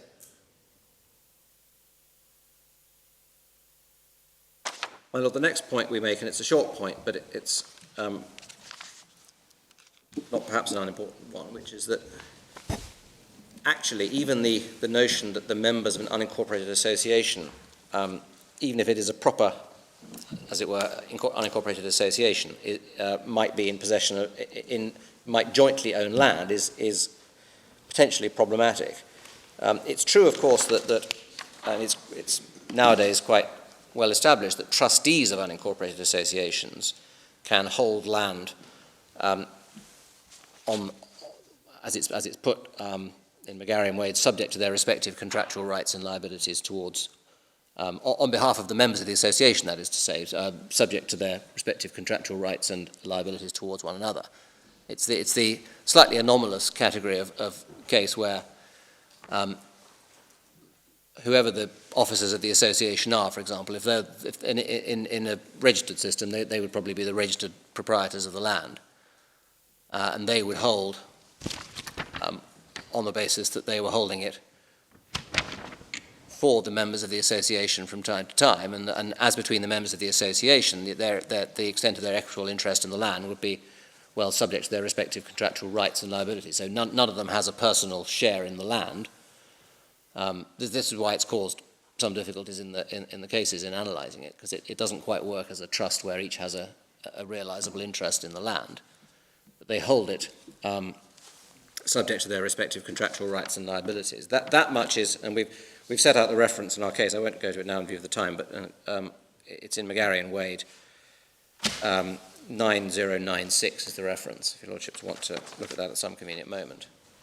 But that's about trustees of unincorporated associations holding property on trust for members of associations. But what we're concerned with in the present case, of course, is not that ownership of the legal estate, because the appellant's case is that the legal ownership of this land was in the hands of, and is in the hands of, and should be declared to be in the hands of, until the assignment to the association was in the hands of either all of the members of the all of the descendants, or Charles Roller in some capacity as on behalf of the descendants, or on one of its iterations only Charles Roll, but because he had been a member.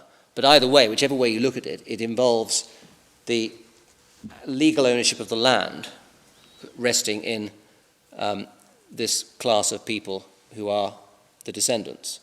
And it changes. The logic of it must be that it must over time change. If somebody is born into the class of descendants, then either at the moment that they're born, they acquire a legal interest in the land because of this argument, or I suppose if we're on the version of the case where possession of the land is what matters, then at the moment they go into possession, they become part of the class. But here you have the legal interest in the land moving around in this entirely informal way.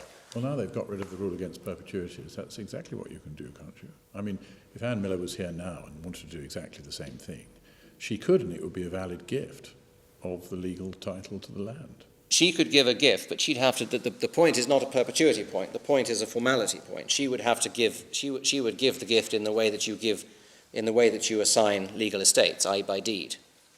Yes, but suppose she made a deed exactly in the same terms as the will now, after the abolition of the rule against perpetuities in the Bahamas. What would stop the legal estate then devolving pursuant to that gift on all the descendants, viewed in that very broad way that includes sisters, cousins, aunts, and great-grandchildren?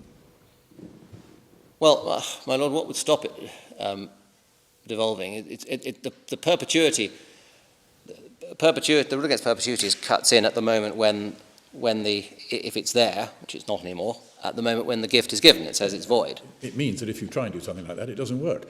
But yes, that was a statutory inhibition that's been abolished. Yes, but it doesn't derive. But my objection doesn't derive from perpetuity so much as it derives from the fact that you can't.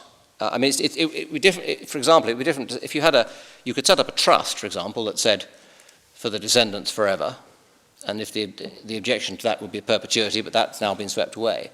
But what's being suggested here is that you can have an unincorporated association in possession of the legal interest, and at any given moment, somebody merely by joining the association can acquire a legal interest in the land. That must be the logic of it, which on the face of it opens up some quite interesting possibilities for avoiding formalities, because you could, if you wanted to avoid having to use a deed for some reason, possibly some fiscal reason, then on the face of it, if this argument is right, you could establish an association of which the vendor and the intending purchaser were both members, and put a few other people in as well for the sake of making it look like a proper association, and then the vendor could resign from the association, and hey presto, the purchaser is now in possession of the legal estate.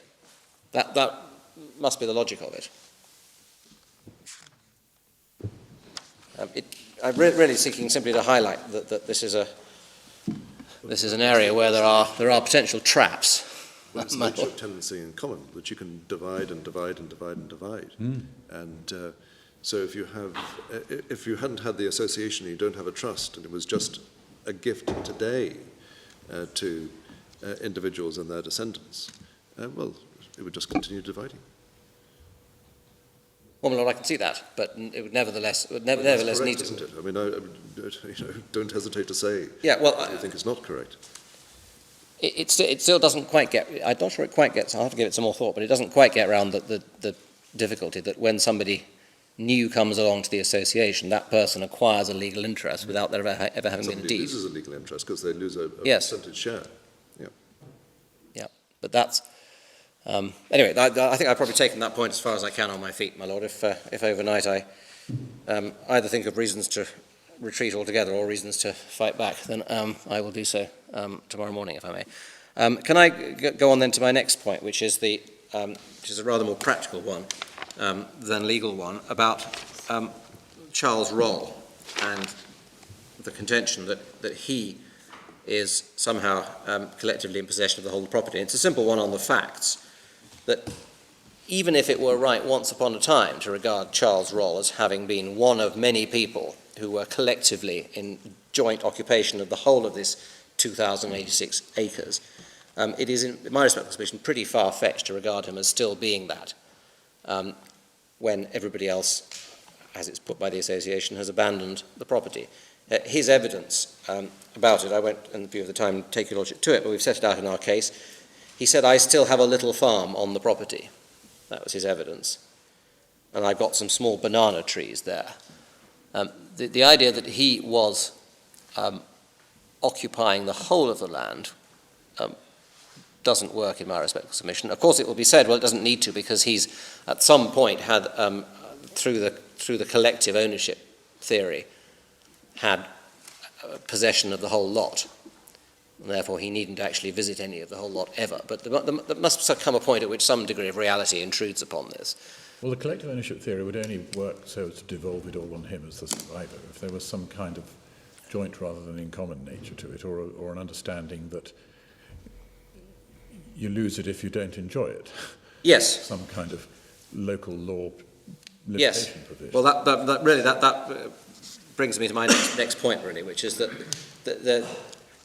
I mean, this has already been pointed out in the course of my friend's argument, but the evidence was very clear that certainly if you accepted what the association's witnesses said, they were not holding the land for descendants from time to time, they were holding it for the descendants forever.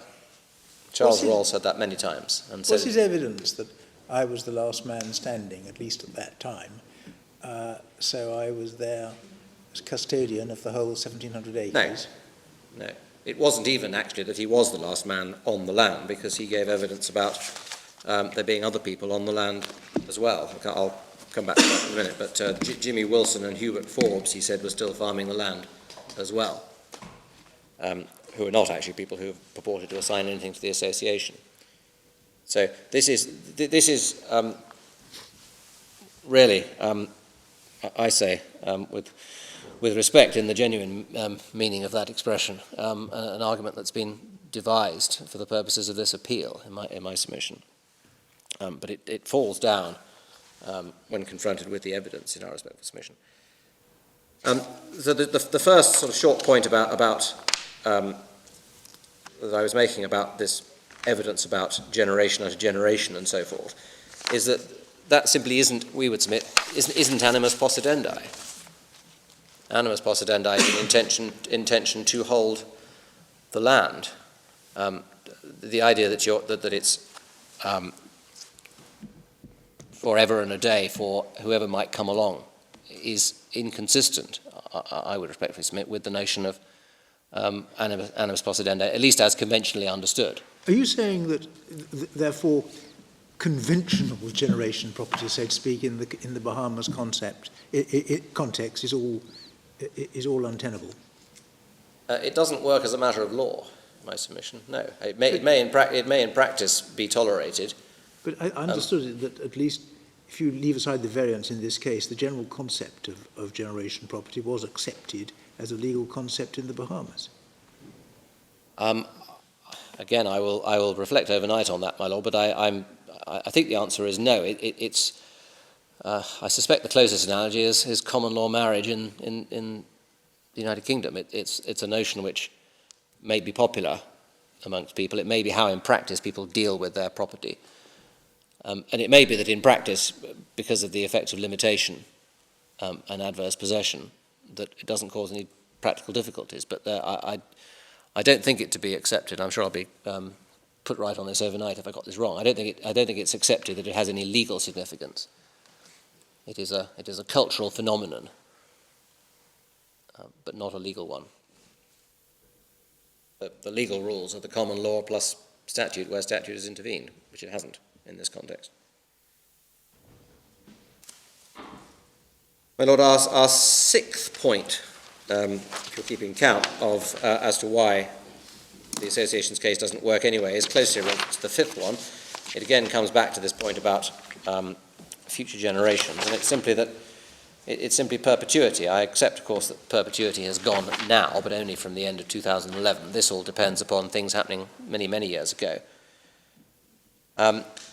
And I do say that in principle, and it's true I haven't got a case that says this, but as a matter of first principle, I say it must be right. If you couldn't acquire a certain interest in law by gift, then it's difficult to see how you can acquire it by possession either. And it's obvious, that's why we've said in our case, if you try and test it by imagining that the property had an undisputed owner who then purported to give it to Charles Roll on terms that he had to hold it for everybody in the class of descendants forever, that would plainly be, subject to recent statutory intervention, an invalid attempt at a gift on the ground of perpetuity. Well, why should it be any different as a matter of principle? If, in fact, one is saying, well, we've acquired it by possession. And, my lord, we've referred to the, and I'll just leave this to stand in the case rather than taking your lordship to it, but you were referred earlier to authorities around the world. One of them was Hong Kong, where, in fact, it's not, the cases that are referred to there are not about tribal ownership or ownership by a people, but about the peculiar Chinese institution, peculiar that is to China, of the Tso, where you have property which is held indefinitely down the male line. But the authorities, we say, and the references are in our case, show that only works because of a specific exemption in Hong Kong in the new territories for Chinese property law. Chinese property laws are to apply in the new territories. Been said, albeit obiter, but with some force, we would say, correctly, in the Can case, that otherwise it wouldn't work.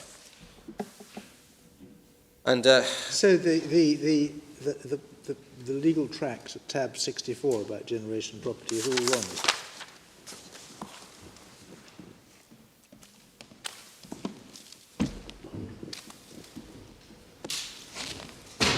let me turn it up, my lord. Can you give me a page, my lord? I haven't been given tab numbers, I'm afraid. 9051. I'm sorry, 9051. 9051. 9051.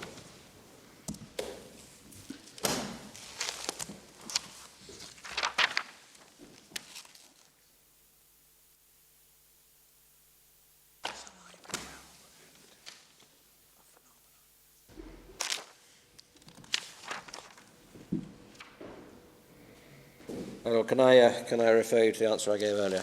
Yes. And take some time to look at it. Yeah.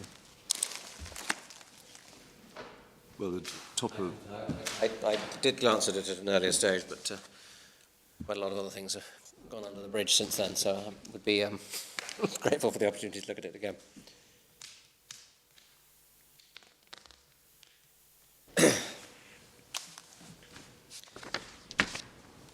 So, well, I think I got to my sixth. I got to the end of my sixth reason for saying that it doesn't work. The next reason is to do with the transfer to the association, because, of course, the association is the body which claims to be the owner of this land now, and no matter what entitlement anybody else had, unless they managed successfully to pass it to the association, then it doesn't succeed in any event. And this is, I accept, a new point before the board, but if it's a good point of law, then it's a point I say I'm entitled to take.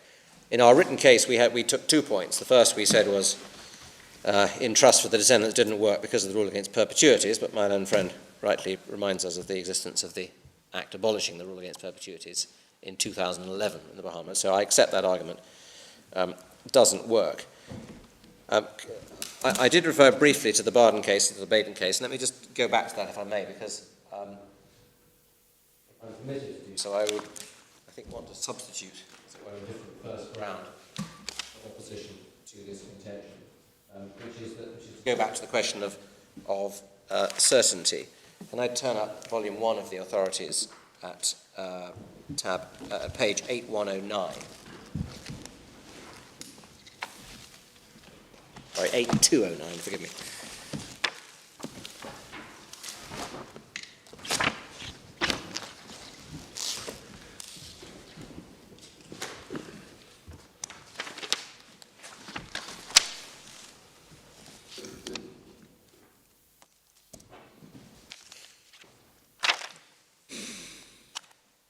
Well, perhaps I can take it simply from the head note.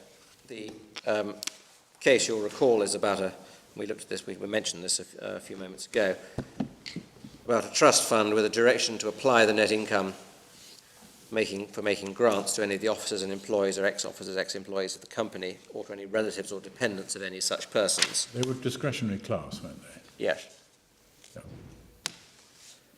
Oh, I think it was a trust power. It wasn't a mere power, was it? Yes, that's what I had at the back of my mind when I didn't agree with your lordship's point, but couldn't quite. When I was at law school, Mr. Rowe, I'm struggling to recollect. Well, I think they still teach it now, incidentally.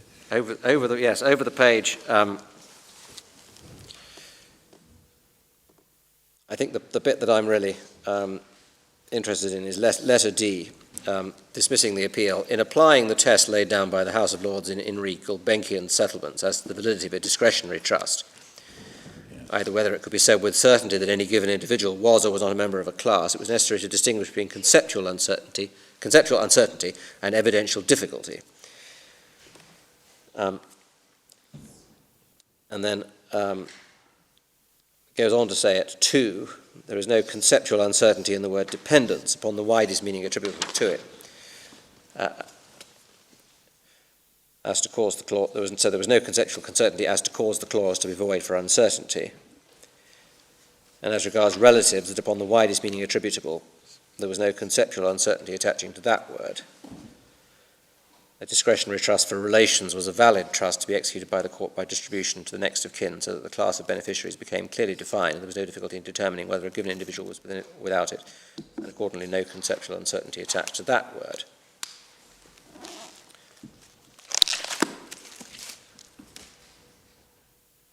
Now, in the present case, we're concerned with, in order for the association to get home, the conveyance to it, by whichever conveyance it is that they hang their case on, they all have the same thing, to be held by it in trust for the descendants of the former servants and slaves of the late Anne Miller, to be dealt with in accordance with the association's memorandum and articles of association. And those two, there are really two limbs to that which appear to be cumulative. It's got to be held in trust for the descendants of the former servants and slaves, etc., and got to be dealt with in accordance with the association's memorandum and articles of association. Now, my earlier, now withdrawn point about perpetuities was focused on in trust for the descendants. But I do also submit, or at least at the very least invite pretty close scrutiny by the board as to whether, in the present circumstances, in trust for the descendants will really do, bearing in mind what we've just seen in the Baden case. I can see, of course, it might be said, well, conceptually, the notion of descendants is certain. But query whether it really is certain, and particularly in the present context when one knows what's intended. I've already mentioned the difficulties with the simple use of the word descendant. First of all, does it mean lineal descendants, or does it mean collateral descendants as well, persons descended from the same ultimate person. We quote in the case, and I don't think it's found its way into the authorities, we quote in the case an earlier case where it was said by then Mr. Donald Nichols that in the 19th century it was arguable that descendants on its own covered both categories, both lineal and collateral. We know on the surrounding evidence about, if you take the association's evidence at its highest, that they regarded descendants in a very loose and broad way. It included people that you married. Presumably, it included the issue, and presumably if you became a descendant through marriage and then had a child with somebody who was not a descendant, nevertheless, because you were a descendant, the person who you gave birth to was your descendant, and therefore a descendant, I suppose. So even if one tries to apply the test of all you have to have is conceptual certainty, never mind about evidential certainty, in my submission, this is a difficult case. Memorandum set up before the 2011 Act. I think they were, my lord. Yes. Well, would those I'll articles check. I'm about to come to them actually. So let's would they be go to that. contrary to the rule against perpetuity? Yes. If they were, Yes, that's right. Although the articles of, I make a slightly different point in relation to the Articles of Association, which is to do with the ability to distribute the property amongst the members of the association. But, my lord, it's a point which will take a few minutes to develop, and I noticed the time, so perhaps it's a point best left over for tomorrow morning. 10:30.